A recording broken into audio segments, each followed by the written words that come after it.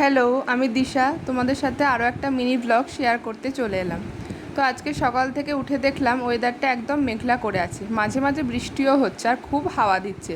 তাই সকাল সকাল আগে চানটা করে নিয়ে পরিষ্কার হয়ে একদম ঠাকুরের পুজোটা সেরে নিলাম আগে। তারপর বাবা বাজার থেকে অনেক মাছ এনেছিল, তাই ভাবলাম যে রান্নাটা আজকে আমিই বসাই। তাই দেখো এখানে সুন্দরভাবে মাছটা ভেজে নিয়ে তারপরে আলু দিয়ে মাছের একটা পাতলা পেঁপে দিয়ে ঝোল করছিলাম। আর এখানে অল্প চিংড়ি মাছ এনেছিল, সেটাও চিংড়ি মাছটা সর্ষে পোস্ত দিয়ে করছিলাম। প্রত্যেকটা রান্না খুব ভালো হয়েছিল। রান্না করার আরও একটা কারণ ছিল, মা যেহেতু আগের শ্রাবণ মাসে 1 মাস পুরো নিরামিষ খায়, কোনো পেঁয়াজ রসুনের রান্না খায় না।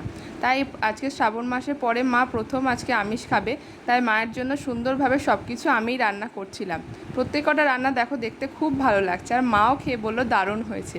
তো আজকের ভিডিওটা তোমাদের কেমন লাগলো অবশ্যই একটা ছোট্ট কমেন্ট করে জানিও।